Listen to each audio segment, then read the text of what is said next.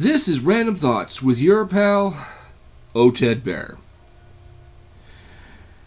This is about government reform. Government reform. Now, as you may have guessed by me flashing this picture, the government shutdown is really something that caused me physical, psychological, and it kind of pissed me off. With the calls for immigration, healthcare reform, all kinds of reforms, what we really need is government reform.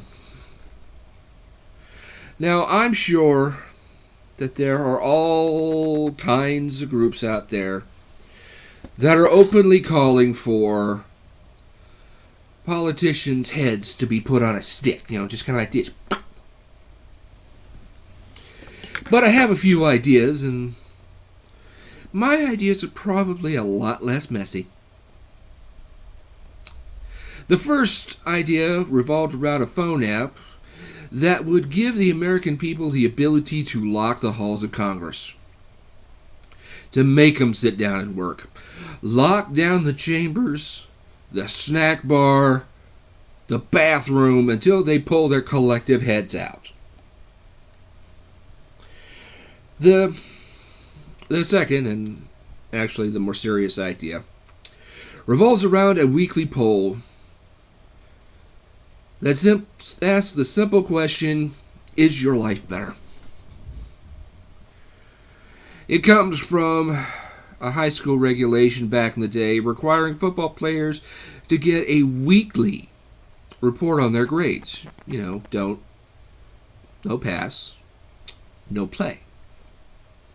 Each teacher would add up their scores to make sure that each player was passing before they would play that Friday's big game.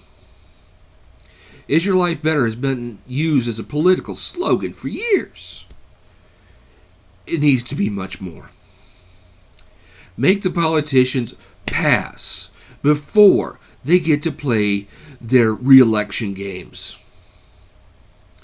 We need to give these guys in Washington real-time feedback with consequences.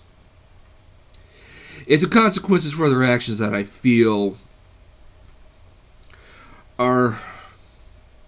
really need to be put in place.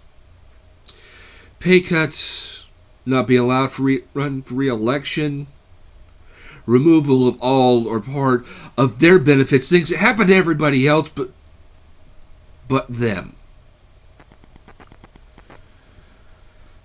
I'm sure other ideas could be bantered about. The point I'm trying to make is we've asked only one thing from our elected officials: make our lives better.